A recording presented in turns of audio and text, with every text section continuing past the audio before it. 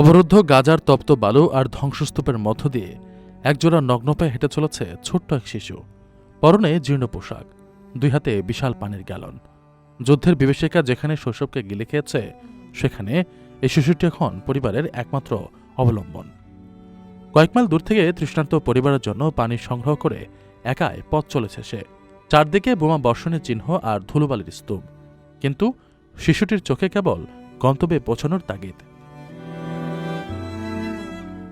সম্প্রতি সামাজিক যোগাযোগ মাধ্যমে ছড়িয়ে পড়া এই হৃদয়বিদারক ভিডিওটি বিশ্ব বিবেকের সামনে এক বড় প্রশ্নচিহ্ন হয়ে দাঁড়িয়েছে। ক্ষুধার চেয়েও তীব্র হয়ে ওঠা তৃষ্ণা মেটাতে গাজার হাজারো শিশু আজ এভাবে পথে নেমেছে।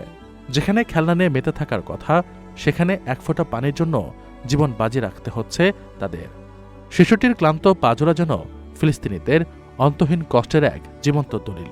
মানবিকতার চরম বিপর্যয়ে দাঁড়িয়ে এই দৃশ্যটি আমাদের মনে করিয়ে দেয়, গাজার প্রতিটি ধূলিকণায় মিশে আছে অবুঝ শিশুদের বোবা কান্না আর বেঁচে থাকার এক অসম লড়াই।